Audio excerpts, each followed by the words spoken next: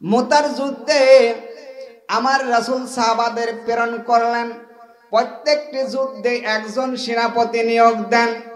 কিন্তু মুতার যুদ্ধে আমার রাসূল এক নয় দুই নয় তিনজন সেনাপতির দায়িত্ব দিলেন। কয়জন?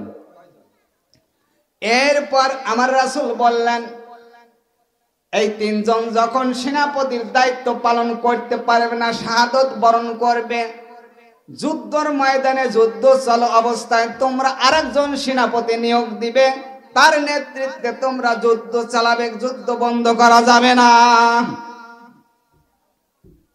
বন্ধুগণ, এবার আব্দুল্লাহ ইবনে রাওহার বাড়িতে আমার রাসূল গেলেন। আব্দুল্লাহ ইবনে রাওহার বাড়িতে গিয়ে বললেন, রাওহারে তোমার যুদ্ধের ময়দানে যেতে হবে। আমার রাসূল বললেন, ও আব্দুল্লাহ ইবনে রাওহা, তোমার ঘরের স্ত্রী এখনো তার যৌবন আছে, দীর্ঘ সময় তাকে ধৈর্য ধারণ করতে হবে।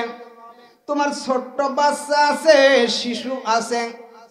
ও আব্দুল্লাহ ইবনে রাওহারে, তাদের নিকট থেকে তুমি তাড়াতাড়ি বিদায় নিয়ে যুদ্ধের ময়দানে রওনা করো।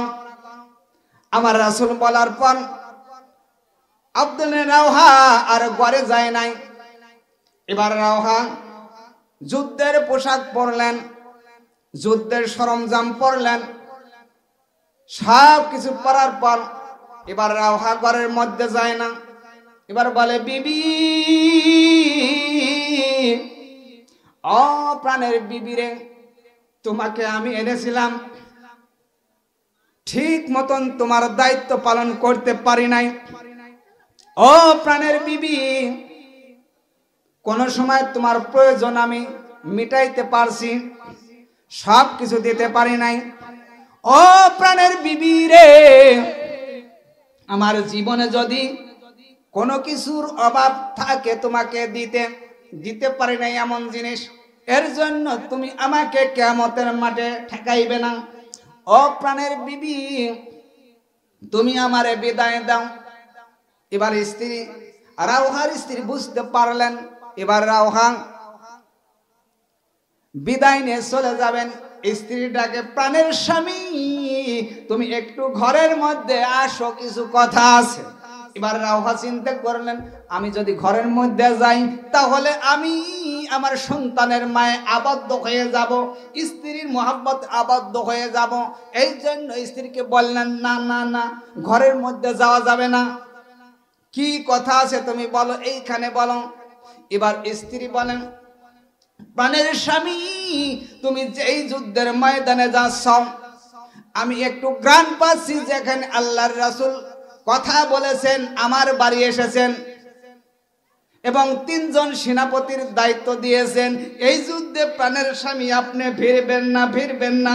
ও প্রাণের স্বামী রে, শেষবারের মতন তুমি একটু ঘরের মধ্যে আসো, তোমার চেহারা সুন্দরভাবে আমি একটু দেখবো রে প্রাণের স্বামী। এবার আব্দুল্লাহ ইবনে রাওহা বলেন, এমনি তো দেখা যাচ্ছে। বলেন, না না না, একটু ঘরের মধ্যে আসরের স্বামী, আমি তোমাকে ভালো করে দেখবো। কাল কিয়ামতের কঠিন মুসিবতের দিন আমি লক্ষ লক্ষ কোটি কোটি মানুষের মধ্যে তোমার চেহারা দেখে যেন তোমাকে ডাক দিয়ে এক হতে পারি। এবার রাওহা বললেন, প্রাণের স্ত্রী, ও আমার প্রাণ প্রিয়,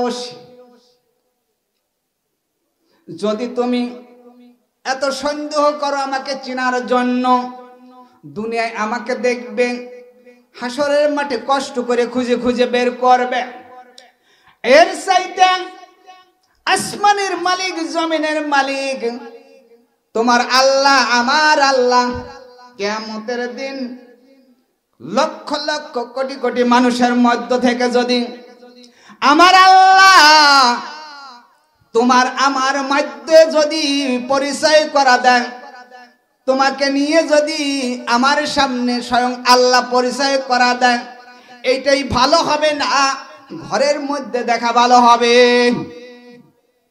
এবার রাওহার স্ত্রী বললেন, স্বামী গো, যদি আল্লাহ আমাদের পরিচয় করা দেন তাহলে আমি আর ঘরের মধ্যে যেতে চাই না। কিয়ামতের দিন আল্লাহ যেন আমাদের পরিচয় করায়া দেয়, বলি মারহাবা।